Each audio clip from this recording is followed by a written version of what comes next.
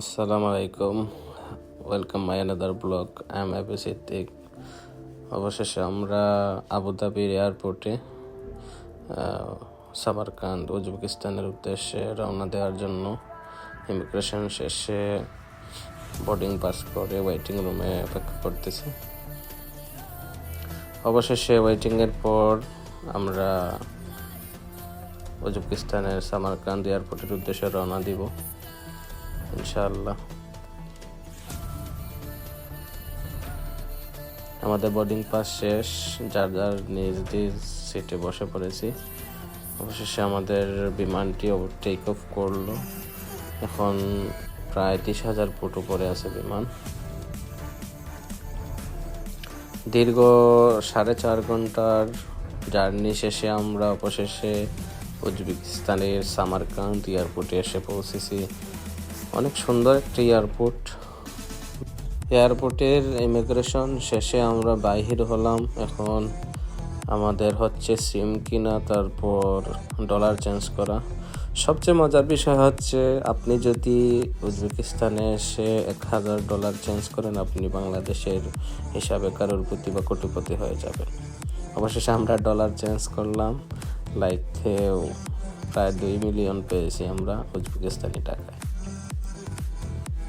Dollar change করার পর আমরা আমাদের কাঙ্ক্ষিত সেই হোটেলের উদ্দেশ্যে আমাদের যাত্রীবাহী বাসটি রওনা দিল।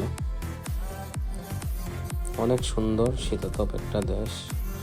ওই দিন -2 ছিল সম্ভবত, ওয়েদার টেম্পারেচার -2 ছিল সম্ভবত। রিমঝিম বৃষ্টিও দিতেছিল, অনেক ভালো লাগতেছিল।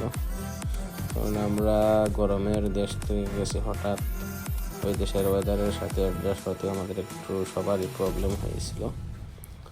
তবে সবচেয়ে মজার বিষয়, অনেক সুন্দর দেশ উপভোগ করলাম। এটা একটি সোভিয়েত ইউনিয়নের ছিল দেশটা।